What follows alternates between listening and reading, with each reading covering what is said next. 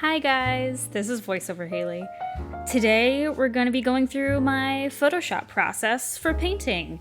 Hopefully this helps you if you've been wondering how to do that. I don't have an iPad, I don't have Procreate, so Photoshop is my way of doing that. And if this doesn't help you, then maybe it's just soothing. That'd be pretty cool too. So for my pieces, I always start with a sketch. I have a hard time doing a fully rendered, at least what the focus of it is. So in this piece, it's the woman and the Highland cow, because I've been thinking about them a lot recently. For this, I drew them physically, so with charcoal, with a pencil, and brought it into Photoshop.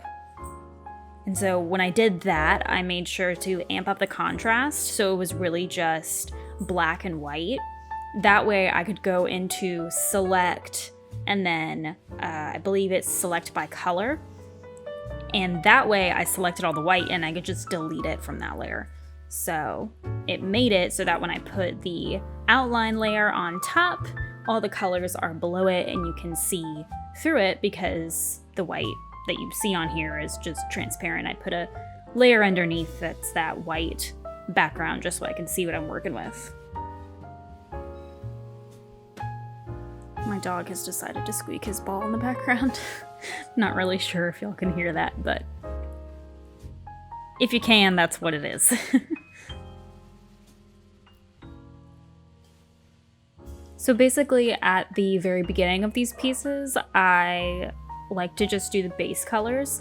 I use a lot of layers, like more layers than most people do, but there's a reason why I do it. So in this you can see that every single individual coloring spot that I do. Hi Bubba, why are you squeaking right now? I'm doing a voiceover, buddy. Okay. He's chomping on his bone. Maybe that'll be better. Anyways, sorry. Every single individual color piece that I do, I separate it so that later I can create clipping masks and individually change that or add texture or whatever I need on that piece, which is a little bit harder if you don't separate them as much as I do. And so you can see here, I realized that in my drawing, I made the cow you saw a second ago and I was messing with the actual lines. I made him a little bit bigger than I should have. But the lovely thing in Photoshop is that you can just fix it. If you feel like what you drew is a little off, you can just go and make it the right thing.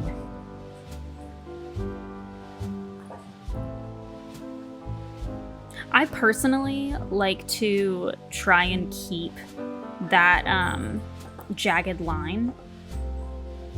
I don't know, I enjoy the kind of messy look of it.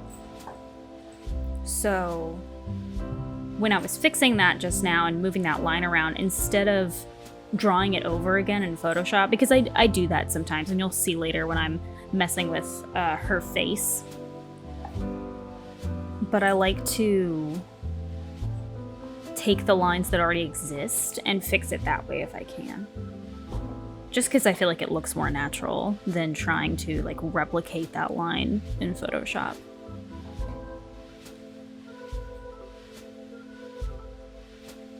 You can also see on the side that not only do I create a lot of layers, but I also make sure that I'm labeling my layers, because if you don't, you're going to get very confused.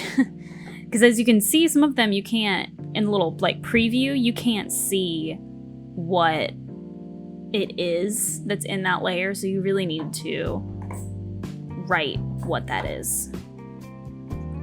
And what I did just now, you saw a lot of layers go away, is I put all of the kind of main focus into a group, into a folder, to make it easier for me to organize. So here you can see I'm messing with a ton of brushes to try and figure out what it is that I want to do for the background. Ooh, okay, so here is a very fun tool that I learned a little bit ago. It is called Color Dynamics, and I absolutely love it. So what you saw, I was drawing with the green in the background just a second ago. I was drawing, and every single time that I drew it, it was a slightly different color. And so it really replicates that kind of like when you're painting and you're color mixing.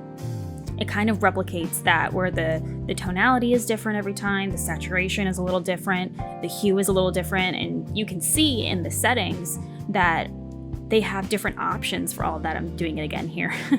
And so what I do, depending on what I'm doing, is I mess around with the hue, the saturation, the brightness to figure out what's right for whatever I'm doing at the moment. So you can see right here,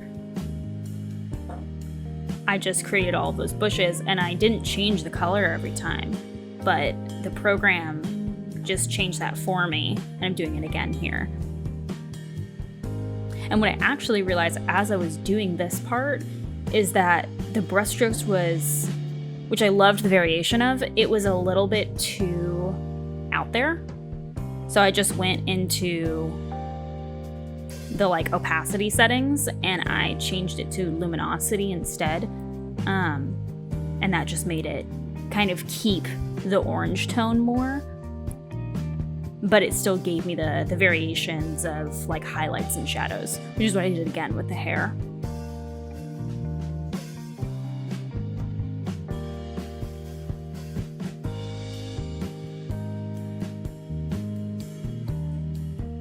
I used a brush on this part that was a little bit more opaque so that I could get that kind of like sheer effect on this part of the dress.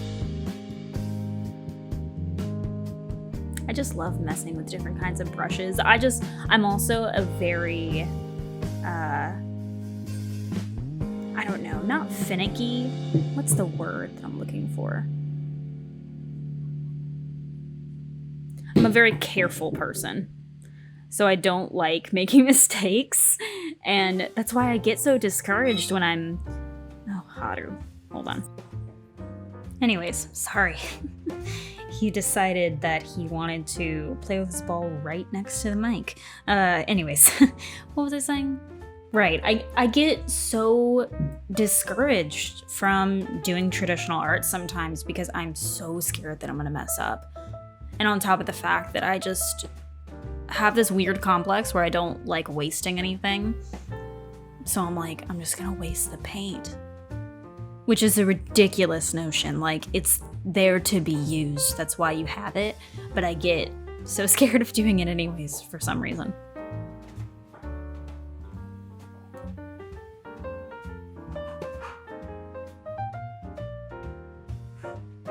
So you can see in this part where I'm doing the lips that I actually used a clipping mask over the skin layer. So basically what a clipping mask is it's like a layer inside the layer. So essentially anything that you draw or color or whatever only stays within that layer that you chose it to be. So like the lips are inside the skin layer. So if I draw outside of that skin layer, it's not gonna show up. It's only gonna show up what's within that part. And so for that reason, I love using clipping masks. And that's what I did with her hair when I was doing all the like texturing of it. That's what I was doing with the cow's fur. I just think it's such a fun tool and it's so simple. It makes it a lot less complicated.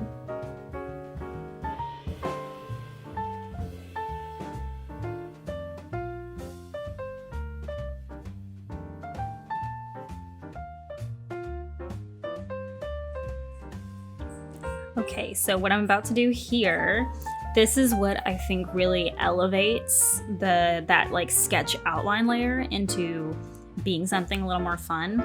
So I create a clipping mask and I color the outline. So I usually take whatever that base layer is, and I'm not doing it right now anymore, I'm fixing her face. But from what I was doing before on the cow, I take that base layer and I make it a lot darker than whatever it is. And I just think it makes the piece a little bit lighter because it's not so dragged down by the black lines. I struggled with this face. I knew that after I drew it initially, there was something off about it. So I just took my reference photo and kind of finessed it until it looked right.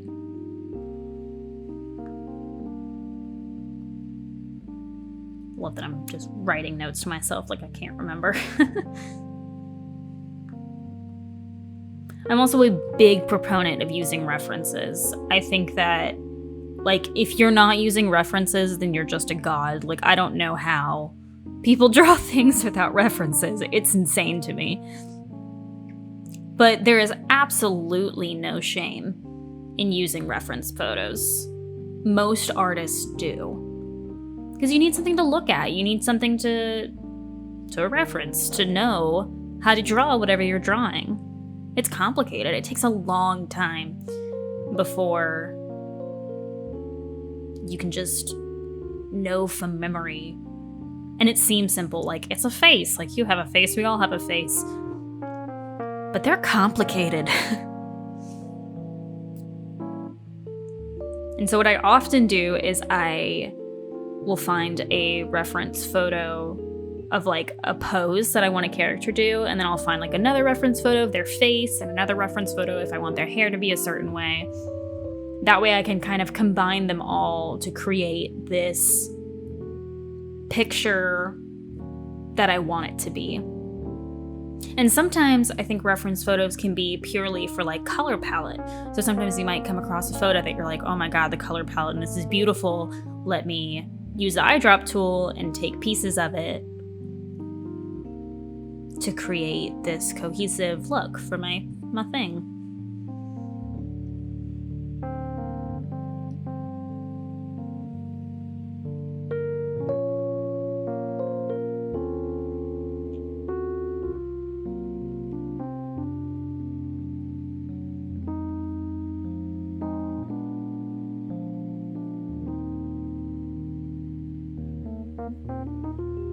So here I felt like her skin looked a little boring, so I was trying to figure out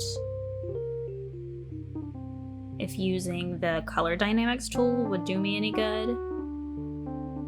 And I don't think it hurt it, but it took me a while to figure out how I was going to do that, how big the strokes should be, how varied they should be.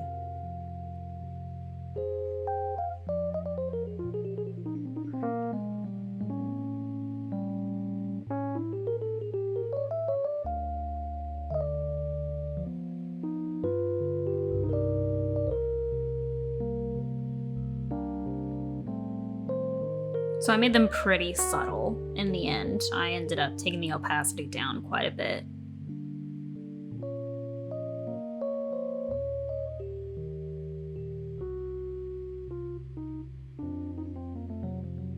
And I actually did slightly darker and slightly lighter parts to be like shadows and highlights.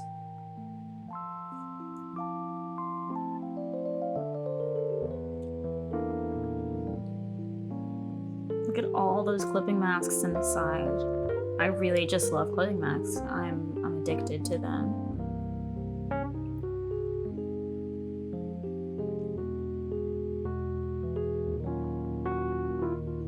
I also love this brush that I used throughout this whole piece for all of the texturing and that front part, the like texture of the bushes, even the background. I used this same brush, just like bigger or smaller. It was really lovely. I believe it was called acrylic pen. I think it's one of those brushes that I just found online like a long time ago. One of those like free brush packs. But it was so nice. And here you can see that I'm starting to mess with the color of the outline again, along with just cleaning up the sketch a little bit. I like to clean it up slightly, but not too much. Like, I like the messy feel, just sometimes it's a lot because I sketch pretty messy. This was kind of my reference photo for the background.